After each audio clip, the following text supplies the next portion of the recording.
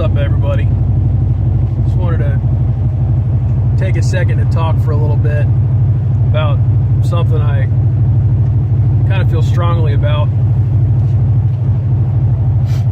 You know, my friends that I, work with and other people that I come in contact with, they all talk about how great I am at fixing stuff.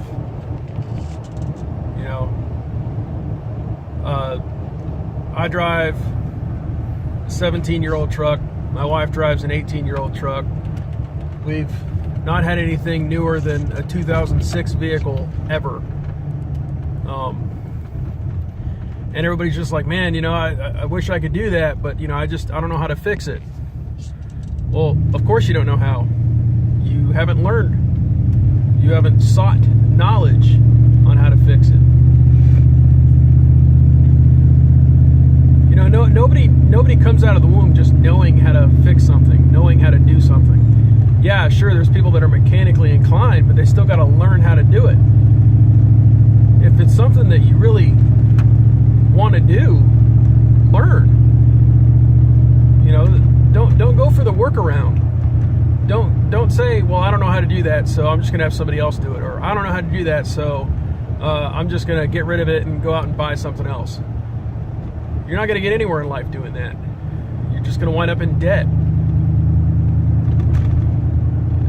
I keep old vehicles because they're less expensive to buy, and even if I have to fix something a couple times a month, it's still less money than a car payment. I don't go into debt for vehicles anymore. I've been there, I've done that. It's bit me in the butt too many times than I could count, so I don't even do it anymore. I'm much happier driving something that's older. Number one, just for the simplicity of it. Number two, older things are a little bit easier to work on. Number three, I own this. It's bought and paid for. Nobody can come take it away from me. I don't have to worry about, oh man, I got to make sure that I do this or I won't be able to make my car payment. I can do what I want with my money because I own what I have. I own my vehicles. Yeah, sure. Joe Blow down the street might have a really nice, 2018 pickup truck all lifted up and jacked up to the sky with all kinds of accessories and stuff, but he's probably paying $700 a month for the truck, and then he's probably paying another $150 a month for the credit card payment for the freaking accessories and stuff that he bought. I mean, if that's really worth it to you, fine, but I just don't like debt. I don't like going into all that debt, especially not for something that I'm going to take out on the road and drive and risk somebody freaking crashing into me and destroying. That's just sickening. I had a Jeep Cherokee that I built up from a stock two-wheel drive. I converted it over to four-wheel drive, put a lift on it, 33-inch tires, made a monster out of the thing, and paid cash for everything. I mean, a couple things that, I had, people were nice enough, they were just getting rid of something, so they just, they just gave it to me, and that was great, Just finagle some deals, wheel and deal, you know what I mean? Trade this, barter that. You can get what you want if you're willing to work for it, wait for it, and learn how to do it. 100 years ago, mankind didn't have all the kinds of technological advances that we have. If something broke, they didn't say, I can't. They said, I'm going to fix this. Okay? And they would actually learn how to do stuff. They learned how to work on tractors. They learned how to work on the machines and stuff that, made them be able to function from day-to-day life, made them be able to make money doing what they're doing. If your cultivator broke down as a farmer, you didn't say, oh, well, I can't go out and plow the field this week because the the cultivator's broken. I don't know, that's what a cultivator does. I'm not a farmer, but I'm just saying. They didn't say I can't, because that wasn't an option. They had to do for themselves because nobody else was going to do it for them. We've lost that. We're so dependent on technology nowadays that we don't even know how to do things for ourselves anymore. Oh, I'll just pay so-and-so to do it. Oh, I'll just get rid of it and buy another one. Man, I can't tell you how many people I've run into that have perfectly good vehicles and they're like, oh yeah, I traded it in. Well, why'd you trade it in? Oh, it was getting old. So? Well, I was gonna have to start putting money into it. Well, was it paid off? Yeah. Okay, so well, how much money did you need to put into it? Oh, maybe a couple $100 for brakes or something. Okay, so that was worth, going $5,000, $10,000 into debt for another car? Why?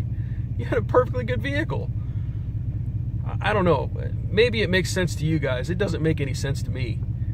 But it's just not the way I roll. You know what I mean? If I got a perfectly good vehicle that's not doing anything wrong, that's reliable, it's going from here to there, I got to drop a couple $100 a month into it to fix something, spruce it up.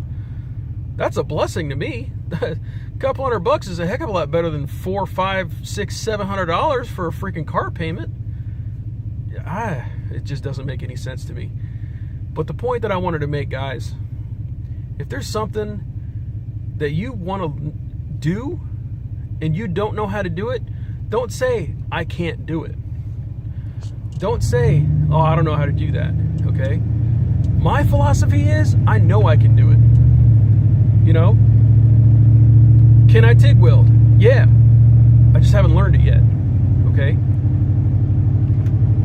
That's the way you got to think. You can. If you knew how to do it, you could do it. You haven't learned how to do it. So go out and learn. Learn how. Stop making excuses. Oh, I don't know. I don't know how to do that. I can't do that. Oh, there's no way I could ever do that. Well, if that's the way you think, you're right. There's no way you could ever do it. Because you're not willing to go out there and learn something new. Get off the video games, get off Facebook, get off your phone. Stop sitting around in front of the TV watching, whatever drama show. Watch some how-to shows. Watch how-to videos on Facebook. Go online on the automotive forums and stuff. Find out who the trusted people are in the forums that know what they're talking about. Read. Guys, I've been an automotive enthusiast since before I could drive, okay? I didn't know crap about working on cars, except for, oil changes and brake jobs and stuff. My dad helped me out and taught me that when I was a kid. But it wasn't until 7 years ago when I bought my Jeep that I actually really reached in and got my hands dirty and figured out how to do stuff. Because I saw the other Jeeps and stuff that people were driving around. Man, they were awesome. You know how many people told me when I had a 2-wheel drive Cherokee and I said I wanted to convert it to 4-wheel drive? Oh man, it's not worth it. Just get rid of it and get a 4-wheel drive. No, it's worth it to me. It's a good Jeep. It's really good condition. Why the heck do I want to go buy another one and have to worry about somebody else's problems? Mine's almost problem free. So I converted it. I learned how to do it and I did it. I can't tell you the amount of satisfaction that I got from that. Same thing goes for anything you guys want to do.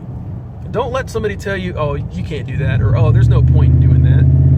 Well, there is a point in doing it. If you want to do it, that's the point. Do it. Learn how to do it and do it.